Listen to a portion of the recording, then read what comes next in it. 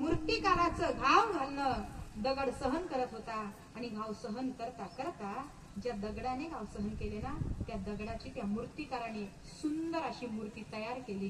ती मूर्ती मंदिरात बसवली आणि आलेले लाखो लोक त्याच मूर्तीच्या पायावर डोकं टेकवायला लागले ज्या दगडाने घाव सहन केले.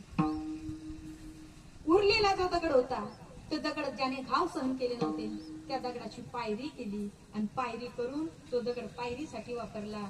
मग लोक काय करायचे, तेच लोक त्या दगडाच्या पायरीवर पाय द्यायचे आणि या दगडावर माथा टेकवायचे. मग ज्याच्या पायावर माथा टेकवायचे, ज्या दगडावर माथा टेकवायचे आणि ज्या पायरीवर पाय टेकवायचे त्या पायरीने त्या दगडाला विचारलं, म्हणजे त्या देव झालेल्या त्या दगडाला विचारलं, का रे बाबा तुझ्यावर सगळेजण माथा टेकवताय आणि माझ्यावर पाय देऊन जाताय.